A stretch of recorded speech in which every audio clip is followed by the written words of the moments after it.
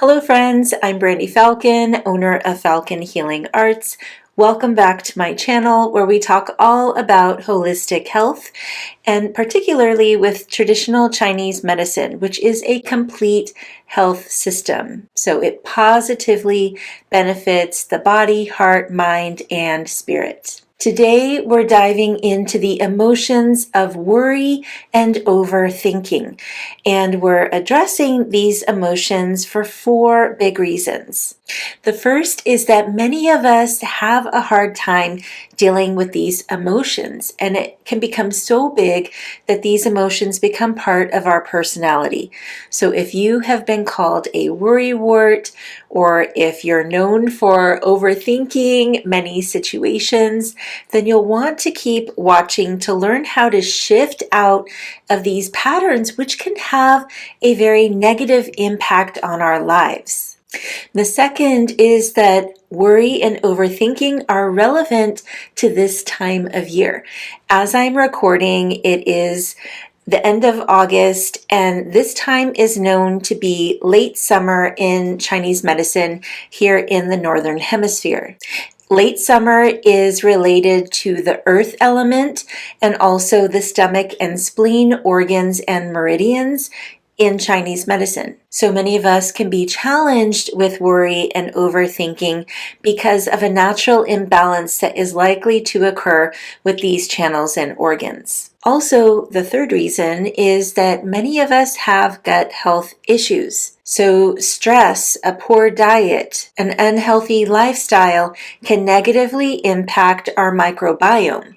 And when our gut health is disturbed, that of course disturbs our energy in the stomach and spleen meridians. And this imbalance can lead to emotional issues, such as having too much worry and overthinking. So it can go both ways. Either we have an emotional imbalance that can cause negative physical challenges, or we can have a physical imbalance that causes emotional challenges. And my fourth reason for talking about this is that the emotions of worry and overthinking can become even bigger, so affecting our outlook on life and our relationships. Holding on to worry can prevent you from fully digesting life experiences. And when this happens often enough, we tend to live in a state of denial or delusion. So not even seeing reality as it is. Now, I've already done a video on the 7 main emotions according to Chinese medicine, where we talked about how having an excess of these emotions affects the energy body in a particular way. So all the emotions do something different. And that was a pretty general overview of how this works in Chinese medicine. And if you want to check that out, you can find it in the link below. But today we are diving much deeper into worry. Now, I consider worry to be a bit entangled with fear. When we worry about something, we're considering the possibility, not even the certainty, but just the possibility that something negative may happen. Worry can also stir up a lot of doubts. And when we worry, we're not able to accept that things are happening as they should. The mind starts to work overtime, thinking it can help solve all of your problems and to control the situation. So when we worry, it feels like we're acting, it feels like we're doing something. And it can actually feel like we're giving more love to someone or an idea or whatever it is that we're worried about, because we're investing energy into it. But of course, worry doesn't actually do anything. It doesn't help another person. It doesn't help a situation. And it can only make our lives more challenging. People who have an earth element personality and issues with the stomach, spleen, organs, and channels tend to be very nurturing. And so we can think of a mother typically as the archetype for the earth element. Think of a mother who is constantly worried about her children. That is one way that she shows love. And she may actually get a little too involved in their lives, maybe a little too overprotective.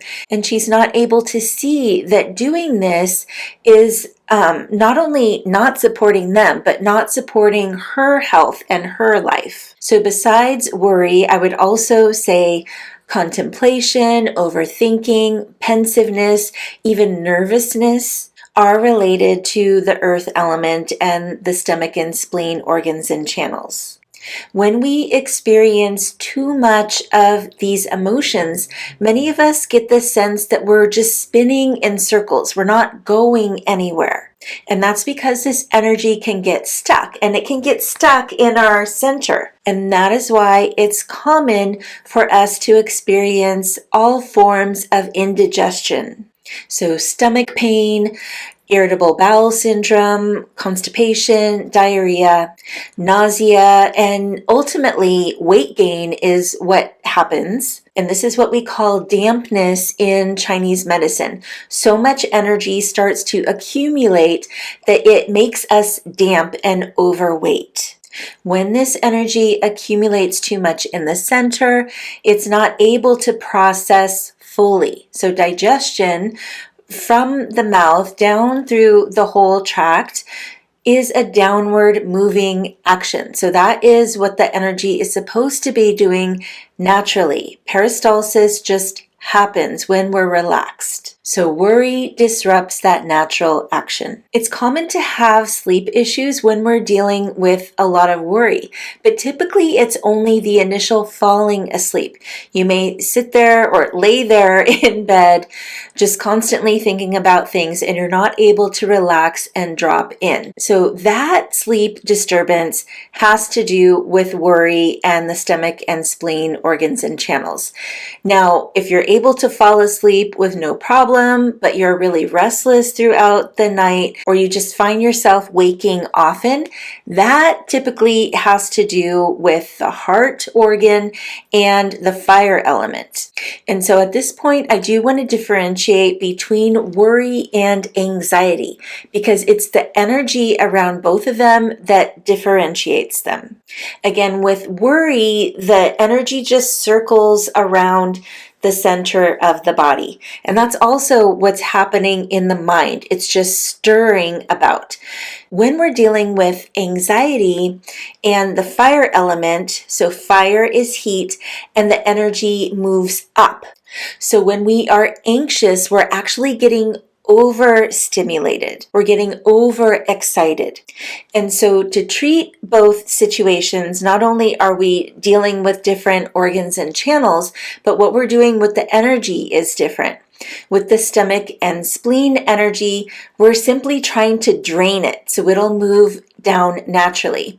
Now, with fire uprising, of course, we want to be grounding that too, but we do it with cooling, with venting the heat and moving the person's energy down. So how do we treat worry and overthinking holistically? I feel that working with energy medicine is best, especially with Chinese medicine, because energy is the bridge between the body, the heart, the mind, and the spirit. When you're working with energy, you're working with all aspects of health. And in Chinese medicine, the approach is to tonify or strengthen the stomach and spleen organs and channels, and also to drain dampness. Remember, dampness is the energy that may look like water retention or accumulating too much fat in the body. And when we focus on this approach, then we will see a difference with digestion, with sleep, and ultimately with having less periods of overthinking and worry. We work with the 5 branches of Chinese medicine, so acupuncture and acupressure, again working with the stomach and spleen. to harmonize the energy in the body and help it flow better. We advise to eat a diet particular for this energy imbalance, and I did another video on that about how to adjust your diet and lifestyle in late summer. So definitely check out that blog post and video to find out which foods you should be eating more of, which foods you should be eating less of in order to balance out the energy. The link for that is in the description below. I'll also mention here, definitely add in probiotics, of course, which are going to support better gut health and ultimately help you holistically. Herbal medicine is also advised. Herbs are basically concentrated food. And so you're adjusting your energy internally to drain dampness and support these organs and channels. Qigong is a wonderful modality to help process worry and really any stuck emotions because it is a mindfulness practice. So anything that comes up you're bringing mind to is easier to let go of. We use posture, movement, breath, and our intention to move the energy. Typically, we use visualization and we bring in the color associated with the elements. So with the stomach and spleen, with the earth element, it is the color yellow. So we would imagine the color yellow filling up the body as we're doing these movements to move the energy and to vent this worry and the tendency to overthink.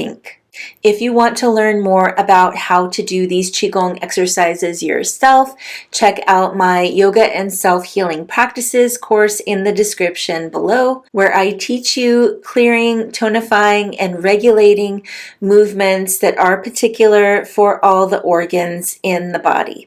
And then massage is the fifth branch of Chinese medicine. Of course, doing a lot of belly rubs can help move that energy.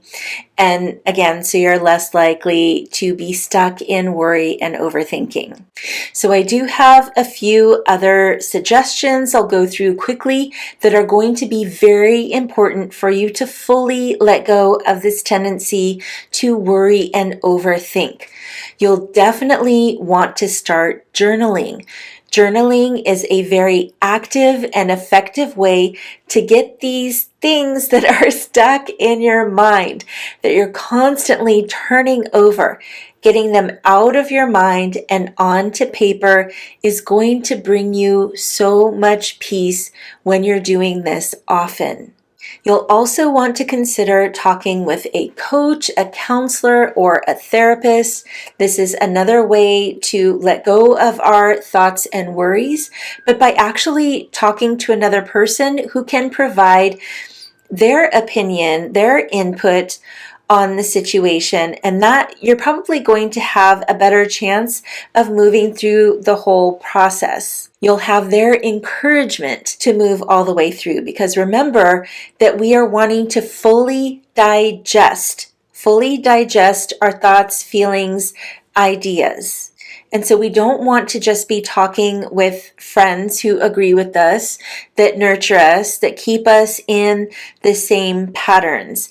They are not as helpful as someone who could be a bit more objective about the situation. They can still be very loving as they push you all the way through.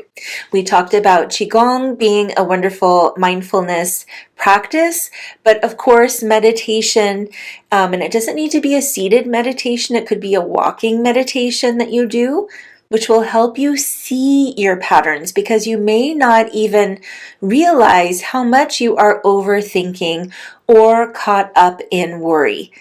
So mindfulness is making you more aware that there is an issue, that this is a problem for you that you need to honestly address. And now spiritual healing is a big one. When people feel that they are loved, that they have a higher purpose and are guided by something greater than themselves, it often brings comfort. It reduces feelings of uncertainty and helps them let go of worries that they might otherwise hold on to. You can engage in a church or a spiritual community. Taking time for prayer or spending time in nature are ways that we can connect in with the universe, with God, with Source, whatever you define your higher power as. You're more likely to feel that connection when you take this time for it and make it feel sacred. So this is another area where I can provide you with more guidance if you're not feeling that depth of connection with spirit. So hopefully you are feeling more encouraged to take an active role in your holistic health, not discounting worry, but seeing it as a sign of an imbalance that needs to be corrected. Consider energy healing practices or spiritual guidance if this feels like too much for you to do on your own. So reach out to me if you would like any personalized support in managing your worry and improving your overall well-being. I look forward to connecting with you again soon. Wishing you so much love and peace.